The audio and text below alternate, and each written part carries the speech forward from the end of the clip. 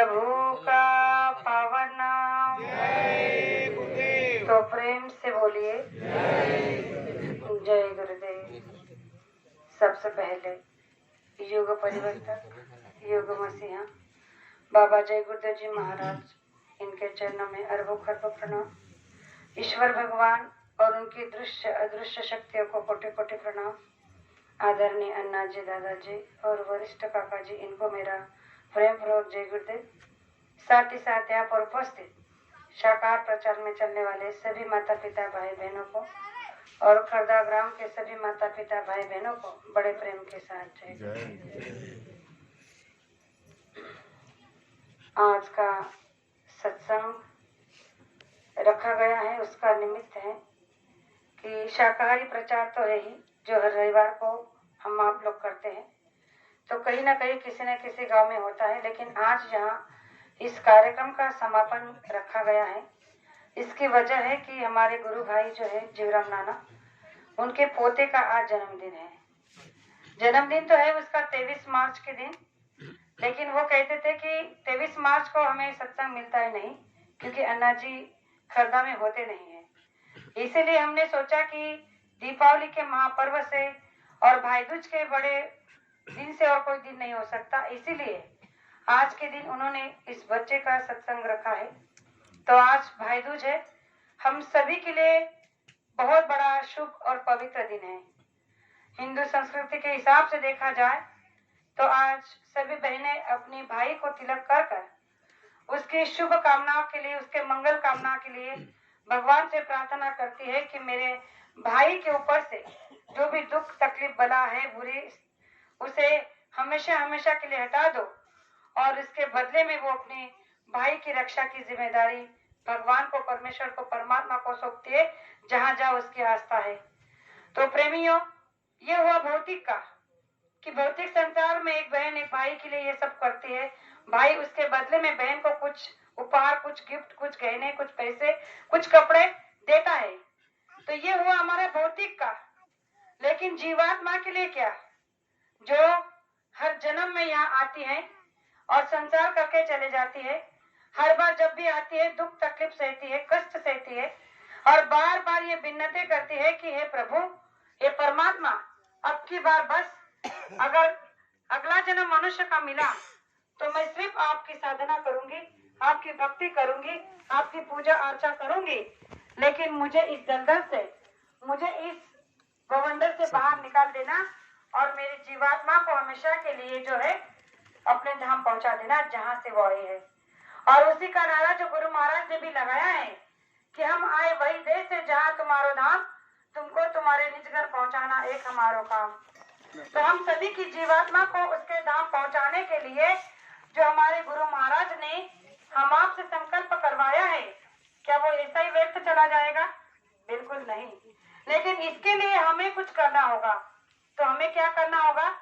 जो गुरु महाराज ने हमसे वादा करवाया है कि जीते जी मनुष्य शरीर में परमात्मा का दर्शन कराना है, और जो रास्ता आपको दिया गया है उस रास्ते पे चलकर आप अपनी जीवात्मा को जगाकर अपने परम धाम को पहुंचाना है।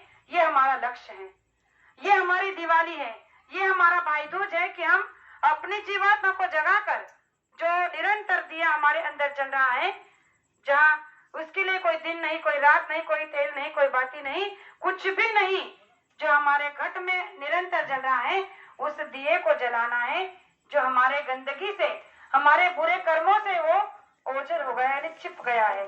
तो उस बुराइयों को मिटाने के लिए ये दिवाली का महापर्व है कि गुरु महाराज ने कहा था, जैसे अभी हमने 9 दिन का साधना शिविर किया, उस साधना शिविर से लेकर 9 दिन का हमने साधना शिविर में समय दिया।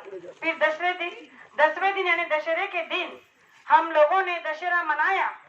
तो गुरु महाराज ने कहा था कि दशहरे से यानी नवरात्र से लेकर दशहरे तक उन 10 दिनों में तुम साधना जम के करो, यानी कि मन को रोक कर करो, तो तुम्हारी जीवात्मा जग जाएगी। और अगर उस समय भी तुम्हें कुछ अनुभव नहीं हुआ, तुम्हारी जीवात्मा को कुछ अनुभव नहीं मिला, तो तुम उस 10 दिन से लेकर फिर दिवाली के 20 दिन तक वही प्रयास निरंतर चालू रखो। तो तुम्हें 20 दिन के अंदर अगर अनुभव नहीं हुआ तो बाबा जी को बाबा जी मत कहना। ये तो उनका ब्रिज वाक्य है, लेकिन हमने किया क्या? हमने किया ही नहीं तो अनुभव कहाँ से होगा। गुरु महाराज ने तो कह दिया, और कहा इसलिए क्योंकि उन्होंने किया है, उन्होंने देखा है, उन्होंने सब कुछ अनुभव किया है, तभी हमें कहा है। लेकिन हमने जब किया ही नहीं तो अनुभव कहाँ से होगा। हम तो केवल हर बार कह देते हैं कि 9 दिन में नहीं हुआ तो 10 दिन में होगा, 10 दिन में नहीं हुआ तो 20 दिन में होगा, 20 दिन में नहीं हुआ तो 30 दिन में होगा। लेकिन कब, जब हम करेंगे तब। तो प्रेमियों, ये दिवाली का महापर्व है, ऐसा ये इसलिए हम कह रहे हैं, ऐसा नहीं, हमारे लिए जीवन का हर एक दिन उतना ही महत्वपूर्ण है जितना ये दिवाली का महापर्व या दशहरे का महापर्व है। क्योंकि हमारे सांसों की एक एक पूंजी एक एक दिन खत्म हो रही है, और पता नहीं कब किस दिन हमारी सांसों का चलना रुक जाएगा, और ना हमारी दिवाली होगी ना दशहरा, फिर हम क्या करेंगे। इसलिए गुरु महाराज ने कहा कि आप किसी का इंतजार मत करो, किसी भी तीज त्योहार का दिन सुबह रात का इंतजार मत करो, जब समय मिले तब आप अपने आप को समय देकर अपने जीवात्मा को जगाने का प्रयास करो, ताकि आपकी जीवात्मा जिस काम के लिए इस धरती पर इस मनुष्य शरीर में आई है वो करके यहाँ से निकल जाए। लेकिन हम बड़े परम सौभाग्यशाली है कि हमें गुरु महाराज ने इस नामदान के साथ साथ पहले संसार भी दिया।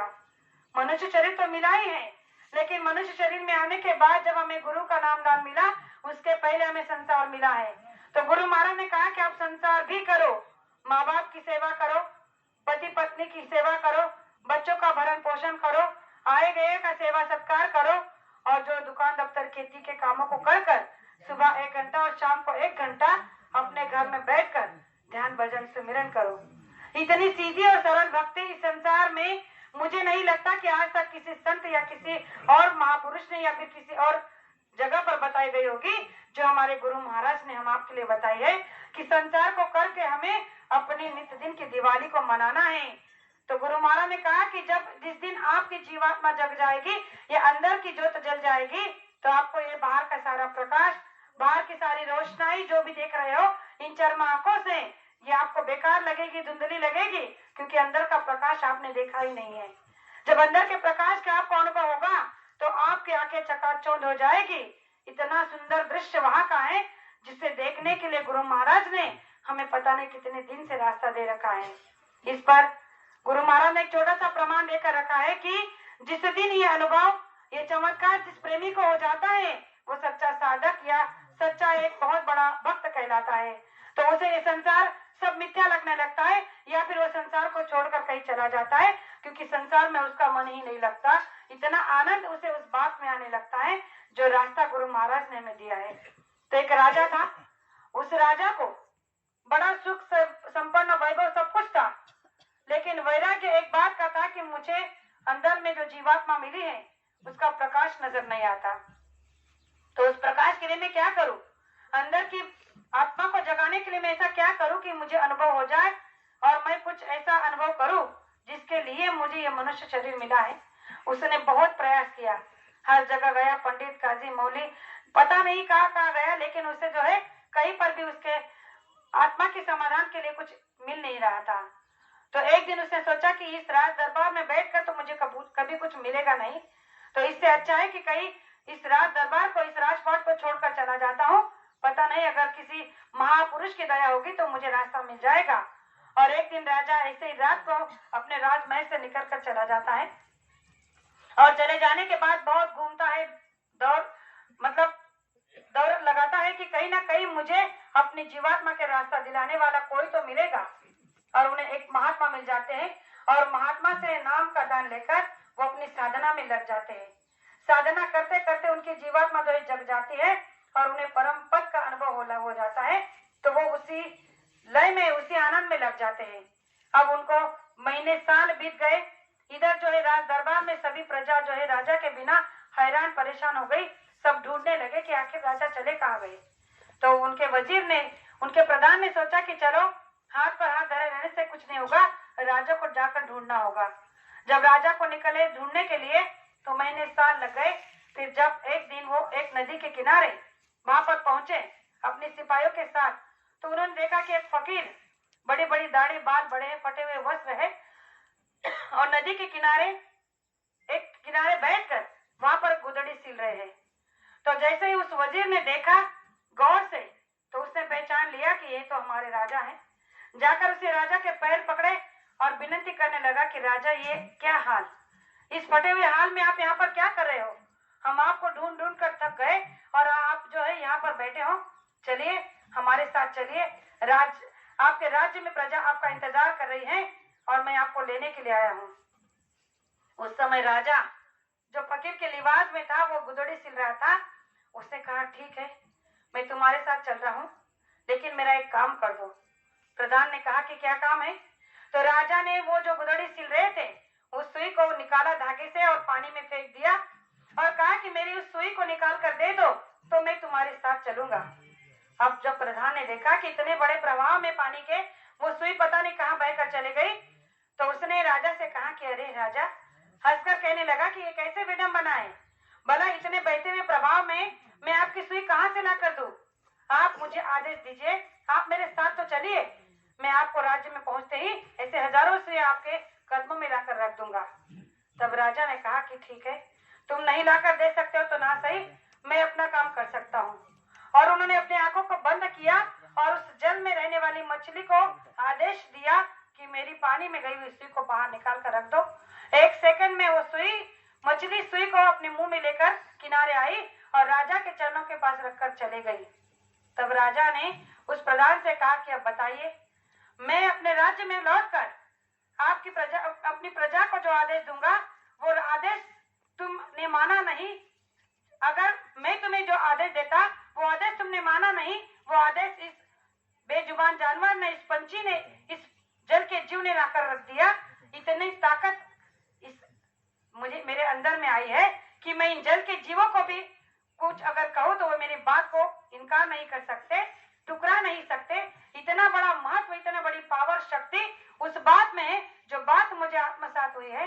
और तुम कहते हो कि प्रजा के बीच चलो, राज्य में चलो, वहां आकर मैं करूंगा क्या? मुझे इस संसार से भी कोई मोह नहीं और मैं इस संसार में अब रहना भी नहीं चाहता हूँ।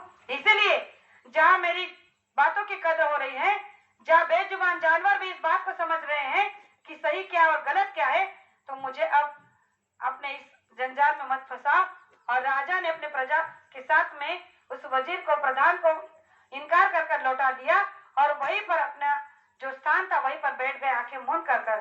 तो गुरु महाराज ने इस दृष्टांत को बताते हुए कहा कि जो नामदान आपको मिला है ये इतना उच्च कोटि का है कि इसकी साधना कराकर आप केवल इस संसार पे नहीं तो आप जो है इस संसार की जो भी जितने भी जीव जंतु है, जो बोल सकते हैं नहीं बोल सकते हैं, जो कुछ कर सकते हैं नहीं कर सकते, उन सब पर भी आपका अधिपत्य बन जाएगा। इतनी शक्ति, इतनी पावर इस नाम में आ जाती है अगर आप इसका रटन करो तो, अगर आप इसका आत्मसात करो तो।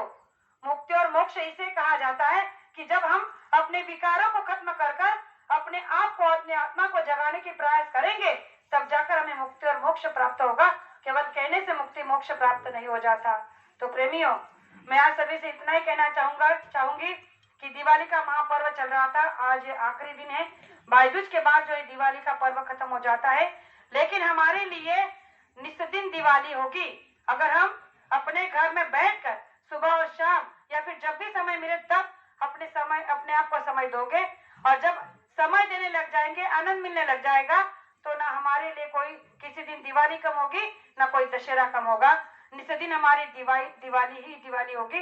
इसीलिए प्रेमियों, हमारे लिए गुरु महाराज से इतना ही कर्तव्य बनता है कि हम उनसे प्रार्थना और विनती करें कि हमारे अंदर के विकारों को कम कर हमारे अंदर में एक वैराग्य जगने की शक्ति दे और जो रास्ता आपने दिया है उस पर चलने की इतनी शक्ति दे कि संसार में रहते हुए कोई भी बाधा, कोई भी अड़ंगा हमें ना रोक सके और हम अपने पद को, अपने परम पद को पहुंचने में सक्षम हो जाए।